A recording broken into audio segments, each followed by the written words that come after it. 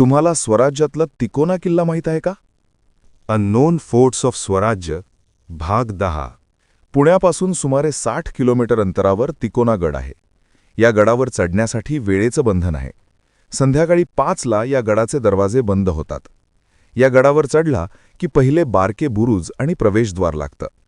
हा प्रवेशद्वार डोंगरातून कोरलेला आहे आणि आतल्या बाजूला मावळ्यांना बसण्यासाठी जागाही दिसते. अजून थोडे पुढे गेलात की 2 बुरुज व दुसरे प्रवेशद्वार लागतं.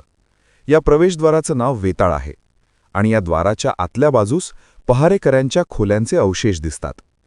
तिथल्या बुरुजावर गेला की गडावर कोण येतंय, आजूबाजूचा परिसरावर लक्ष ठेवता येतं आणि तेथून पुढे गेला की मारुतीची मूर्ती दिसतं आणि ही मूर्ती मोठ्या दगडामध्ये कोरलेली आहे.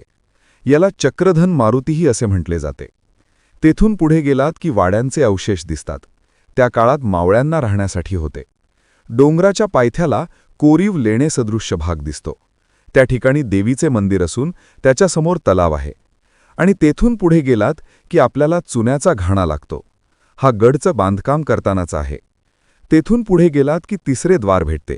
हे द्वार खूप लहान आहे. याच्या आत लहान खोल्या आहेत आणि धान्य कोठारही आहे.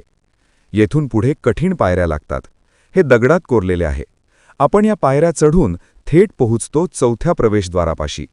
2 भक्कम बुरुजांमध्ये असलेला हा द्वार पार केल्यानंतर कोरीव पाण्याच्या टाक्या दिसतात आणि सर्वात उंच भागावर आहे महादेव मंदिर आणि त्याच्यासमोर आहेत दगडात कोरलेल्या खोल्या.